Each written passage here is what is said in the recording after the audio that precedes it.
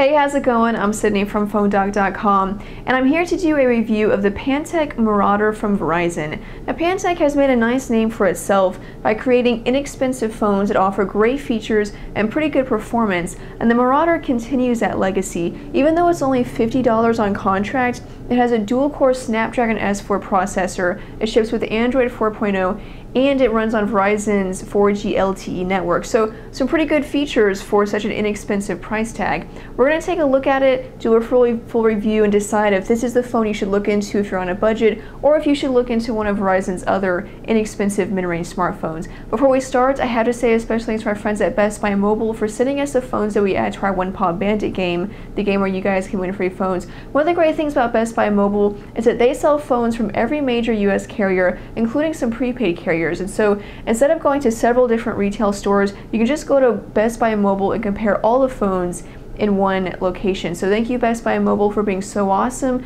Thank you guys for watching this video. Now, I mentioned that it's a 4G LTE phone, and so we'll take a look at some of the speed test results that I've got here. And I'm in the Dallas area where I'm testing this phone. You know, speeds are going to vary depending on coverage in your location, you know, where you're at. But I typically have a lot of success with Verizon phones, whether it's a 3G phone or a 4G phone. So we'll start a test right now just while we're doing this video. And you can see I'm getting, 12, 13 megabits per second down. And then the uploads have been about the same, but you can see it's just very speedy. Uploads, 8 to 9 megabits per second for uploads. We'll just go over and take a look at some other results. So you can see I have 14, almost 15, 13, 15. I have a high here of 18 megabits per second. So data speeds have been great. And again, like I said, it may be different depending on coverage in your area. But data speeds have been great so far, and we'll load up the web browser right now and go to PhoneDoc.com. And just in a minute, we'll start talking about performance as well. But you can see right now I'm on 4G, and it loaded in a second, and it's still kind of finishing up. But the page, most of it loaded within 1 or 2 seconds. So Verizon's 4G LTE network has been great for me. I've had very few problems with dropped calls or pages not loading or not having a connection. It's been very reliable, and the speeds have been super fast. Now, I mentioned in the introduction, it's got a dual-core Snapdragon S4 processor, which is impressive, considering that this phone is $50 on contract and you can get it actually right now for free. That's a great processor to have. Now, obviously, Pantech has had to cut some corners in some other areas in order to keep the price down. I mentioned the display is kind of smallish. You look at the hardware, it's not the most attractive phone out there. It's actually kind of ugly in my opinion. Of course, everyone's going to feel differently about that, but it's made out of plastic. So there are some areas where Pantech has kind of had to cut costs a little bit, but you want to get it right with the processor. Of all the areas where you keep things cheap, the processor is one area where you do not want to do that. You want to make sure you have a great processor, and Pantech has really done that. It's a 1.2 gigahertz dual-core processor. It's got a gig of RAM, so multitasking has been great. You can see I can pinch to zoom. I mean, it's very smooth, very seamless. You've noticed throughout the course of the review that scrolling has been seamless. I've had very few problems in my test through playing games, having multiple apps running at one time, loading email, whatever I'm doing. I've experienced little to no lag. The lag is just minor blips here and there, but overall the performance has been absolutely great. And for a $50 phone, it might as well be perfect because it's just that good for a budget-friendly phone. We'll do a quadrant standard test just so you can kind of see some results to kind of see how the processor performs whenever put through a benchmark test. So let's take a look at the results, and we've got 5,053, and I've gotten about 5,000, 5,100, 5,200, but just excellent. You're not going to get benchmark results like that from pretty much any other $50 phone out there. Let's do one more test.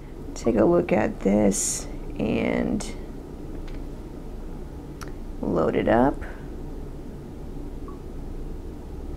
and we'll run a test. And here the result is 6,630, which again is pretty darn good for a phone in this price range. And yeah, performance has been great, absolutely no complaints there. So I mentioned some areas where Pantech has had to, keep costs down in order to make it as inexpensive as possible. The display was one of those, hardware is another area.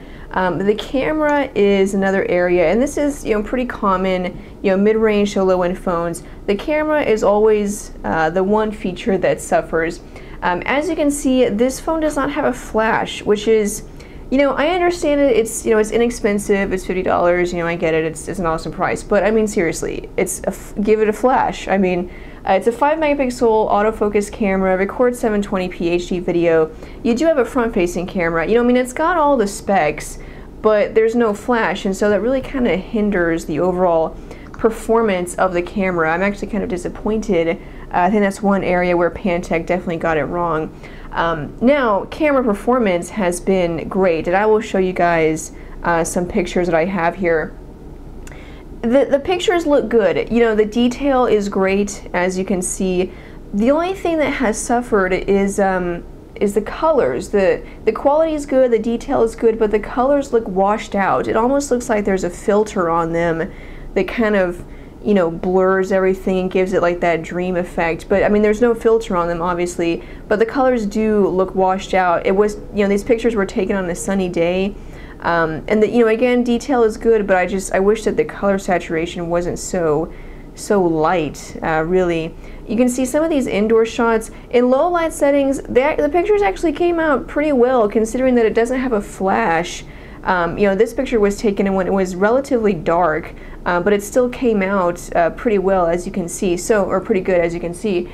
So yeah, great performance by the camera. The colors look washed out, which is disappointing. And again, I wish it had a flash, but it does the best that it could do, considering all of that. As for the HD video capture, it's overall basically awful. Again, the colors are good, but the detail, it's like they tried to make it too sharp, and it just comes out, grainy with too much noise in it. And then the audio quality is absolutely horrible. So I'm very disappointed by the HD video capture. But the pictures, they're okay. But again, not having a flash, that's pretty much inexcusable in this day and age. Now, moving back to the back of the phone, and let me take off the battery cover. So under the hood, you've got a 1680 milliamp hour battery, which is kind of small for an LTE phone. You'd expect kind of a larger battery. I can kind of understand, since they might have been thinking, well, it has a smaller display and it's just a basic LCD panel, so maybe it doesn't need a larger battery or a lot of power.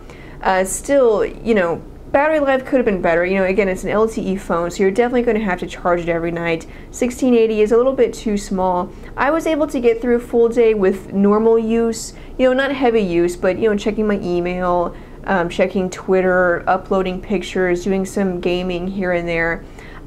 Just kind of normal average use. I was able to get through a full day, but that might be different for you. If you're a heavy user, then this might not be a large enough battery. You can see the micro SD card slot here accessible without removing the battery. It does not come with a card. It does have 4 gigabytes of internal storage, and then with this slot you can add up to 32 gigabytes of external storage. So 4 gigs, kind of most mid-range high-end phones come with 8 gigabytes, so you're getting half of that, 4 gigabytes, plus no card. So you're getting, you kind of see this theme of areas again where Pantech had to kind of cut some corners. The phone does come with the usual preloaded apps. This is a Verizon phone. They tend to include a lot of their own apps. So you've got Amex services, Amazon Kindle apps, and then some of these kind of standard Android apps are ones that I have downloaded. Documents Viewer. We'll go over here. Google Plus. It does come with Let's Golf 3 out of the box. Some more of these are ones that I have downloaded. So you got mobile hotspot. It can act as a mobile hotspot. Obviously, that's what the app is for. My Verizon Mobile, navigation. You've got Net Media, Plants vs. Zombies, another game that it comes with. And then some Google Play apps. Task Manager, it comes with Tetris as well out of the box. Verizon Tones, Video Player, Voicemail, VZ Navigator, and then Weather. Now the thing with these apps is that you cannot uninstall them, and so it is kind of upsetting that it takes up some of your memory, especially since you only get 4 gigabytes out of the box and you don't have an extra card. So you can't uninstall them, which is, you know, kind of disappointing, but it is what it is. So there it is, guys, the Pantech Marauder from Verizon. The two unique features or standout features of this phone are its physical keyboard, which has been great. I've been very impressed, very satisfied with this QWERTY keyboard. And then the other is the 2 modes, the starter and the standard mode. It does great in those areas. I think that starter mode can be really helpful, but it also does great in every other area of being a smartphone. The dual-core Snapdragon S4 processor does a great job. The display, though kind of small, still very clear. Graphics and text look great. Verizon's LTE speeds have been fantastic. I do wish that the camera was a little better. I wish it at least had a flash. I do wish the battery was a little larger, and then I think Pantech could have done a little better with the overall design. But that's kind of, you know, again, personal preference. But overall, for $50 on contract, you really cannot complain. It is one of the best budget-friendly phones out there, and I would definitely recommend it. If you're willing to spend, you know, $150, you know, $100, $200 more, then yeah, you can get a great phone like the Galaxy S3 that's going to be, you know, the end-all and be-all of awesome phones. But if you're on a budget, definitely look at the Pantech Marauder. It'll be a great option for you. But that's it for me. Thanks, guys, for watching. I am Sydney from PhoneDog.com, and I will see you guys later. Bye.